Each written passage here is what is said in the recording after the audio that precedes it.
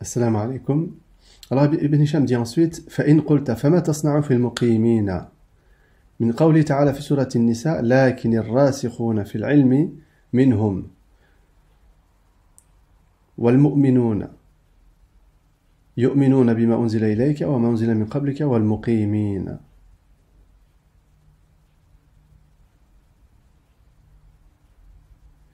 Alors, donc dans ce Ibn Hisham il va répondre à quelque chose, à une erreur qu'on pourrait voir en apparence, en fait, et à une objection qu'on pourrait faire, qui est que al-muqimina, alors on voit pas la raison pour laquelle il serait mansoub, celui-là, avec le ya. C'est un jam' al-mudhakkar al-salim, on voit bien la kasra avant, la fatha après.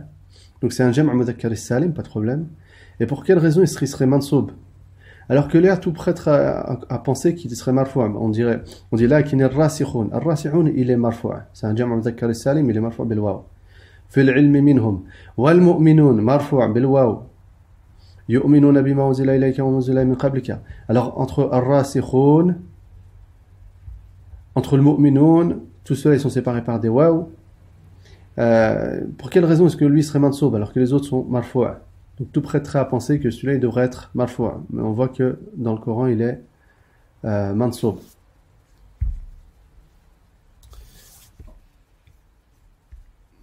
Alors là il va répondre à cette objection. Wal muqim min as-salah fa innahu jaa bil ya. Wa qad kana muqtada qiyas ma dhakart an yakuna bil waw. Il dit la conclusion du raisonnement qu'on a fait, on s'attend à avoir un waw. Li'annahu ma'tufun 'ala al-marfu'. Parce qu'il est attiré par un marfou'. Comme je vous avais dit, ma'atouf, c'est-à-dire à gauche du waw, à droite du waw, ils ont la même déclinaison. Et à droite du waw, ils sont tous marfou'. Wal ma'atouf 'ala al-marfu' marfou'. Il dit celui qui est attiré par un marfou', il est marfou'. Wa jam'u al-mudhakkar as-salim yarfa'u bil waw, kama dhakart. Il dit jam'u al-mudhakkar as-salim, on a vu qu'il était marfou' avec un waw. Donc pourquoi est-ce qu'il y a un ya ici? Il dit aussi wa ma tasna'u bis-sabi'un min qawli ta'ala fi surati allati taliha. والصابئون, alors dans Surat al-Maïda qui est juste après Surat al-Nisa, on a as-sabi'un dans ce verset inna alladhina amanu walladhina hadu was-sabi'un. Alors qu'il y a inna fa innahu jaa bil waw, il y a inna, donc là on pourrait supposer que inna il rend mansoub le nom, donc là on s'attendrait à avoir un ya was-sabi'in avec le inna. ما ذكرت انه والصابئين بالياء فانه جاء بالواو وكان مقتضى قياس ما ذكرت أن يكون والصابئين بالياء لأنه معطوف على المنصوب. Parce que le waw là, on a dit à gauche et à droite du waw, ils ont la même déclinaison. Et à droite du waw, c'est alladhina amanu walladhina hadu qui sont sous l'ajoute de inna, qui rend mansoub. Donc c'est à droite du waw, c'est tout mansoub. Donc là on s'attendra à ce que ce soit mansoub. Et comme c'est un jam' mudhakkar salim, on s'attendra à ce que ce soit mansoub avec un ya. Mais on voit un waw plutôt. لأنه معطوف على المنصوب والمعطوف على المنصوب منصوب وجمع المذكر السالم ينصب بالياء كما ذكرت. Donc deux objections sur deux versets du Coran. Un endroit on a ya, on s'attend à waw, un endroit on a waw, on s'attend à ya. قلت, alors il va répondre à ces deux objections. قلت أما الآية الأولى ففيها أوجه. On dit premier verset, il y a plusieurs façons d'y répondre. أرجحهما وجهان أحدهما أن المقيمين نصب على المدح وتقديره أمدح المقيمين. Donc il dit وهو قول سيبويه والمحققين. Il dit première raison والمقيمين الصلاة. Alors si on reprend le verset, donc on regarde un petit peu la traduction, il dit par contre, les rasikhuna fil ilm, c'est-à-dire ceux qui plongent dans la science, ceux qui persistent dans la connaissance, parmi eux, ceux qui persistent dans la connaissance, donc le verset c'est comme s'il faisait l'éloge de ceux qui persistaient dans la connaissance, wal mu'minun, et les croyants qui croient en ceux qui leur a été révélé, ce qui est descendu, wama unzila ilayka, ce qui est descendu sur toi, wama unzila min qablika, et ce qui est descendu avant toi, donc ce qui est descendu sur toi, le Coran, ce qui est descendu avant toi, la Torah, l'Évangile, etc. Donc ça, c'est plein d'éloges. Wal muqimin as-salat, il dit c'est comme s'il y avait un verbe avant qui était wa amdahul muqimin as-salat. Et je fais l'éloge de, c'est-à-dire il cite ceux qui sont persistent dans la connaissance. Il cite, c'est-à-dire qu'ils ne sont pas comme ce qui précède dans le verset d'avant, et il cite ceux qui croient, les croyants, c'est-à-dire ils ne sont pas savants, mais par contre ils croient en ce qui t'a été révélé, ils croient en ce qui a été révélé avant toi. Il dit, et je fais l'éloge de ceux qui font la prière. C'est comme si on disait, et je fais l'éloge de ceux qui font la prière. Donc c'est comme si on disait que la première partie de la phrase, c'était, c'est l'opposé. C'est-à-dire, ces gens sont à l'opposé de ce qui a été précédé avant. Ce qui est précédé avant, c'est ceux qui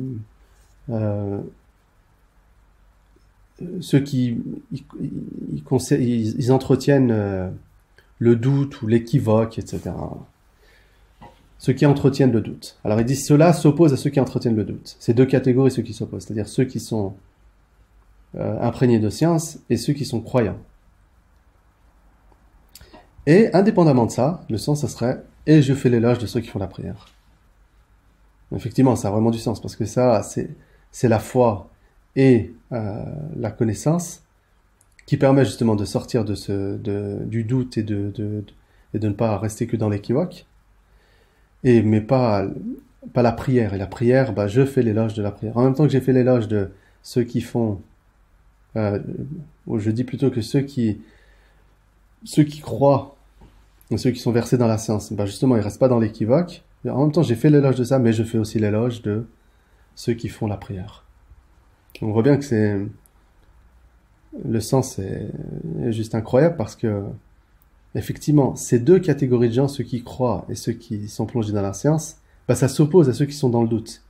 Mais vraiment, on serait tenté de penser il est facile d'imaginer que ça n'a pas un lien direct avec ceux qui font la prière.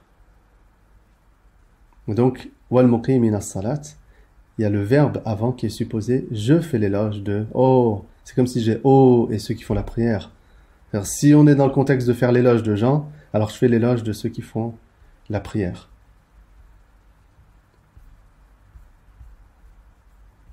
Alors, Ibn Hisham, c'est ce qu'il doit expliquer ici. Il dit قلت وما الآية الأولى ففيها أوجه أرجحها وجهان أحدهما أن المقيمين نصب على المدح. Et du coup, s'il est وتقديره أمدح, du coup, ça serait le verbe qui est supposé. Je fais l'éloge de al-muqim as-salat. Il est mansoub parce qu'il est maf'ul bihi de amdah. وهو قول سيبويه المحقق. Et c'est l'avis de Sibawayhi. Donc on a dit Sibawayhi c'est le maître de l'école grammaticale de Basra. وإنما قطعت هذه الصفة عن بقية الصفات لبيان فضل الصلاة على غيرها.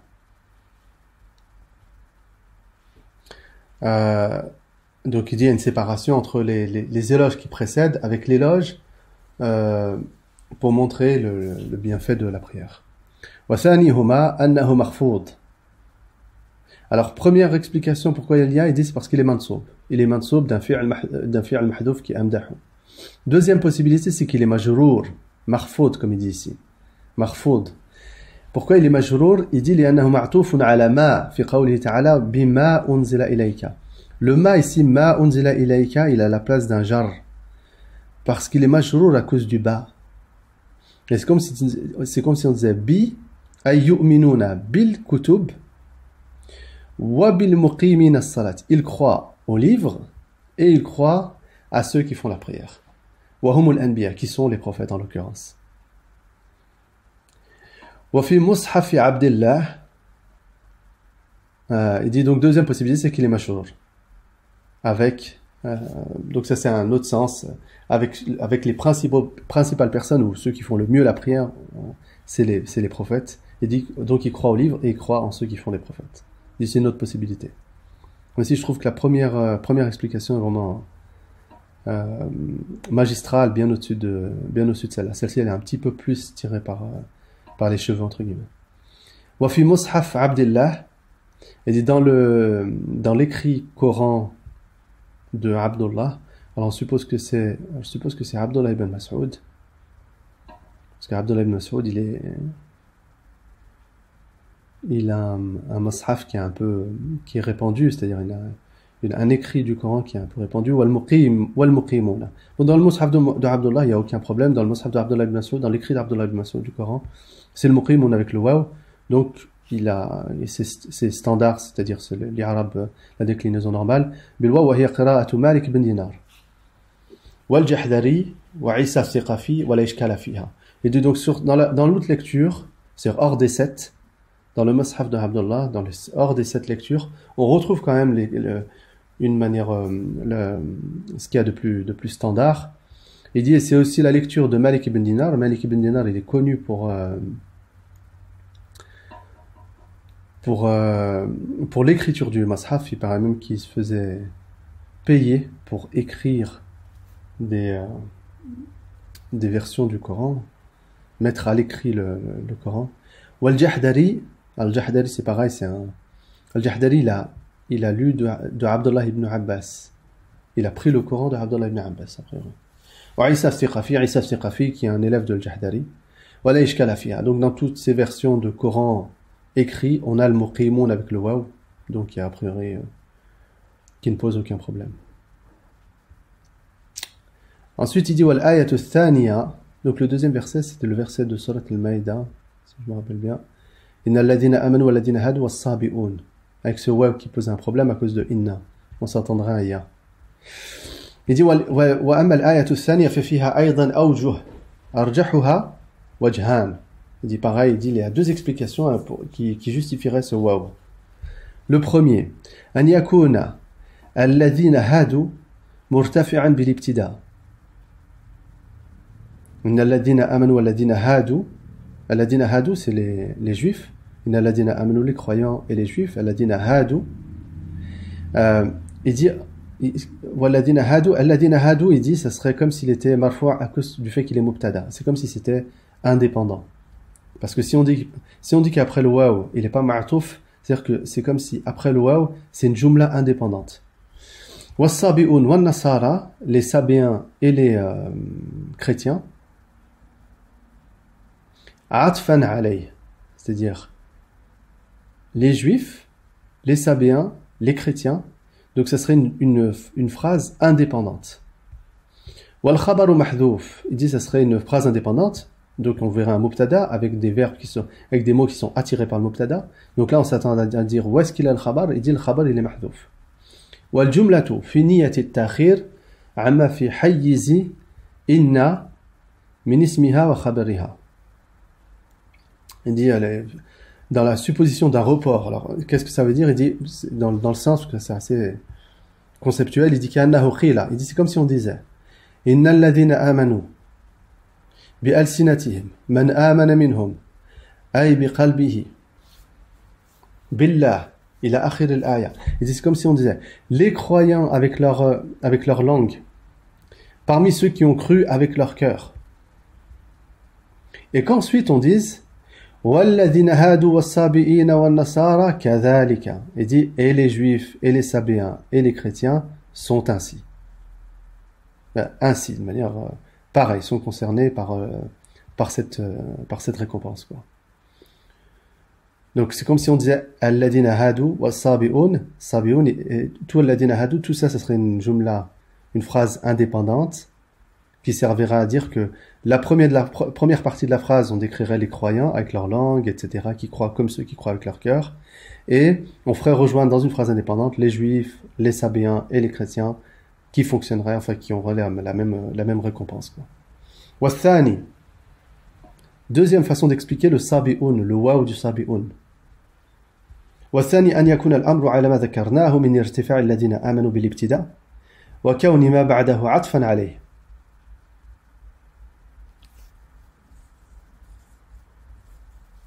Ah oui, donc là, ça c'est une petite subtilité.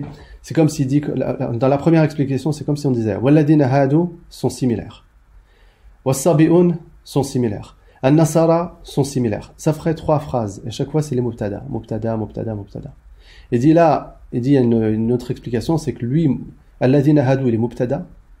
Et lui, il est ma'touf ala al-mubtada. Et lui, pareil, il est ma'touf ala al-mubtada. Et ça serait la règle de à droite du waw, à gauche du waw, ils ont la même déclinaison. Ce ne seraient pas des phrases indépendantes, mais ils seraient attirés, liés à celle-là. كأنه قيل إن الذين آمنوا من آمن منهم ثم قيل والذين هادوا إلى آخره والوجه الأول والذين هادوا إلى آخره والوجه الأول أجود. Il dit la première explication elle est meilleure لأن الحذف من الثاني لدلالة الأول أولى من العكس.